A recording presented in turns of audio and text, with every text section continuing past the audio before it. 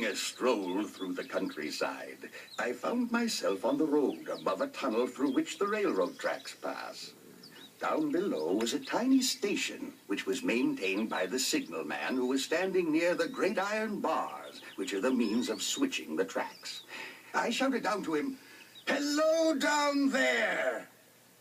Before he could answer, there was a vibration in the earth which quickly turned into a violent pulsation as a train roared out of the tunnel.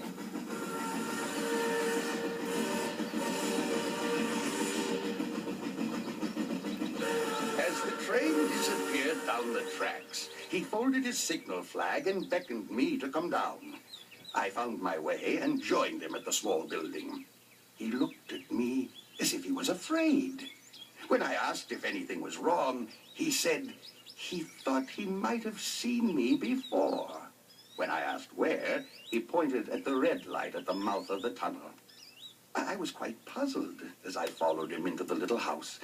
Inside, there was a fire, a desk, and a telegraphic instrument, and that was all. I asked what he meant when he pointed to the red light. Instead of answering, he asked a most strange question.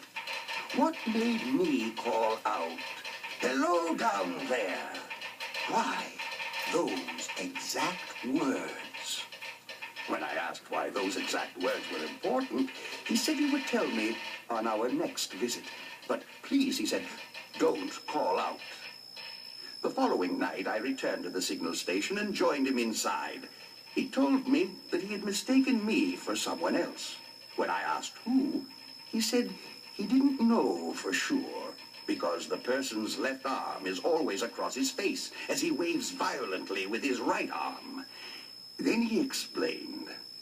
One moonlight night, I was sitting here when I heard a voice cry out, "Hello down there!" I looked out of the door and saw a person standing by the red light, waving his right arm. The voice seemed quite hoarse as it cried, "Hello down there! Look out! Look out!" I ran to the figure, but just as I got to the place where it was standing, it was gone. I stood there in amazement, listening to the eerie wind blowing through the telegraph wires above me. Within 6 hours, there was news of a horrible crash at the other end of the tunnel. That was a year ago. A few months later, I saw the figure again, and the whole sequence was repeated. Within a few hours, a train came out of the tunnel and stopped at my station. I could hear the terrible cries as the conductor told me that a passenger had just suffered a violent death on board. The figure appeared again last week, but there has been no accident. I fear that this time it will be me.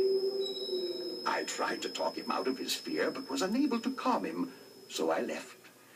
I came back the next day to find a train stopped at the little house.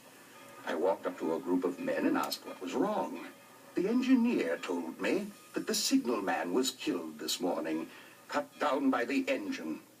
He had changed the light, but somehow did not jump clear of the oncoming train. The engineer said, "I saw him and blew the whistle. When he didn't react, I waved violently with my right arm as I covered my eyes with my left so that I would not see the disaster about to take place." I had to ask, "What did you actually cry out?" Then he told me his exact words were, "Hello down there!"